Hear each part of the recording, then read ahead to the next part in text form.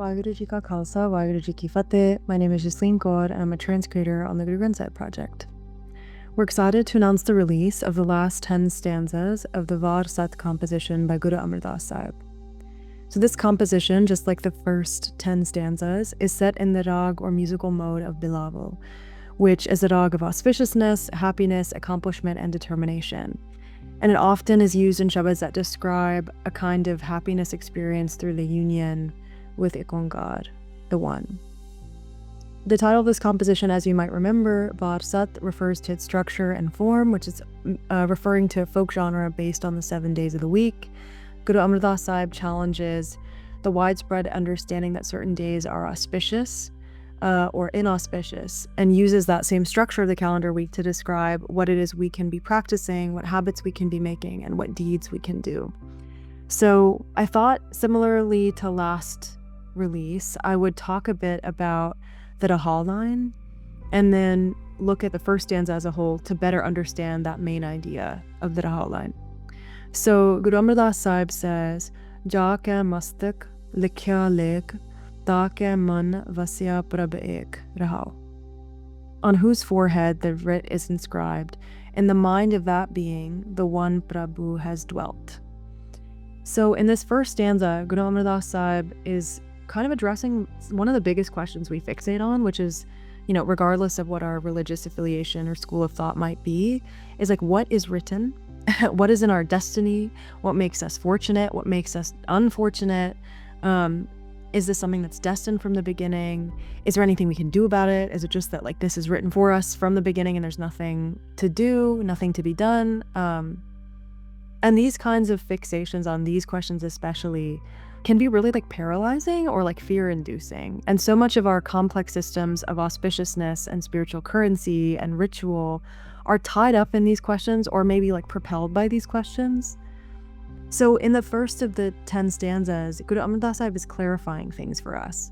It's only in the being on whose forehead that writ is written that IkOankar comes to dwell.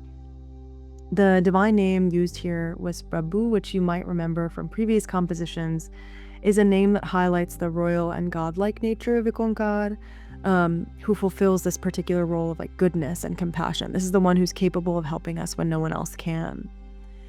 So, all that being said, what does it mean then for Prabhu to dwell within the being's mind? It's not that there's an absence of presence within some of us and that there is a presence in others, and that's what makes us fortunate or unfortunate. It's actually that the one dwells within all of us, and it's simply that we might not feel that presence.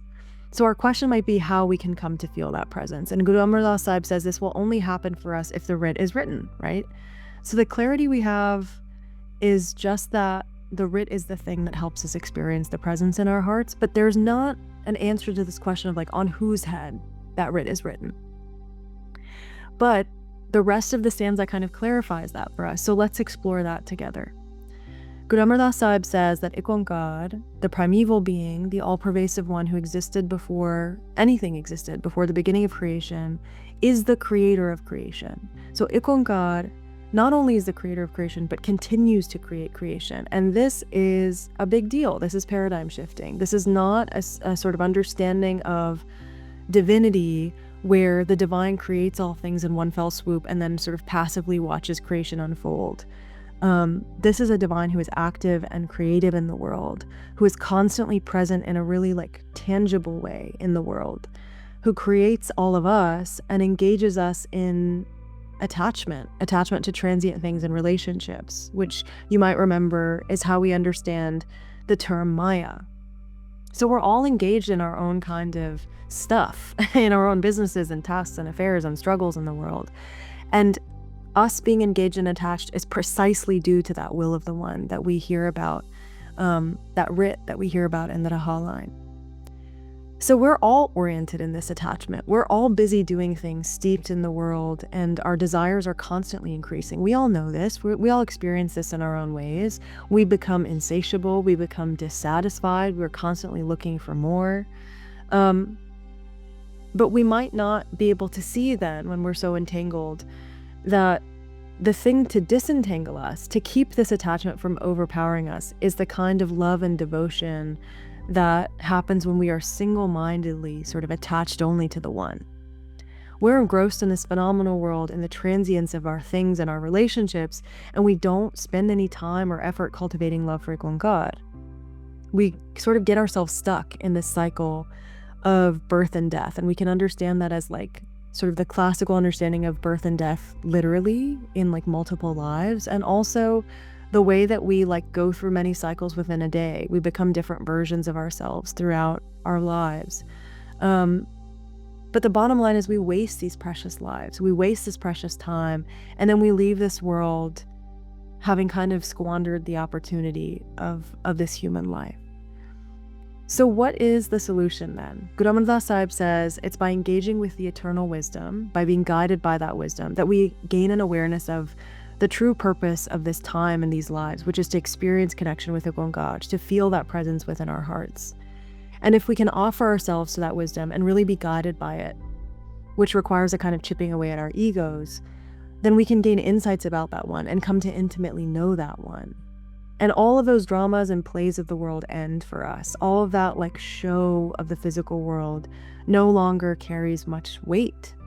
So if we come back to the Rahau Line then, which tells us everything in the world is happening in accordance with the will of the one, that no one is free from attachment, that we're all engaging in duality instead of in love for the divine, and that we get caught up in the kind of creations of the creator rather than devoting ourselves to the creator.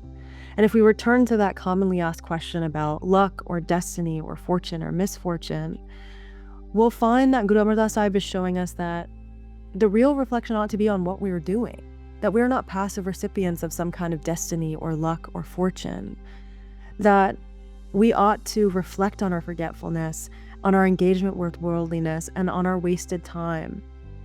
And if we reflect on that, then we can start to understand how to get out of this wandering, how to get out of these feelings of separation and forgetfulness. It's the wasting of the opportunity of our lives that makes us unfortunate. So we can actually make these lives fortunate if we engage with the eternal wisdom, if we come to understand that writ so many speak of, if we come to see the futility of the exercises we may be caught up in that we thought would bring us fortune, and learn how to really live in pursuit of connection with IkOankar. We will come to understand the one is residing within us, has always been. We will fall deeply in love with that one, and we will become indistinguishable from the one that we love. So the question then is, will we pursue this connection and feel that presence in our hearts? What are we spending our days doing? Are we making an effort towards more entanglement, or making an effort towards more love and connection with the eternal one, the one who created all this creation? So as always, I encourage you to engage with the footnotes, the transcreations and translations, and the commentaries, and really reflect on this for yourself. Waheguru Ji Ka Khalsa, Waheguru Ji Ki Fateh.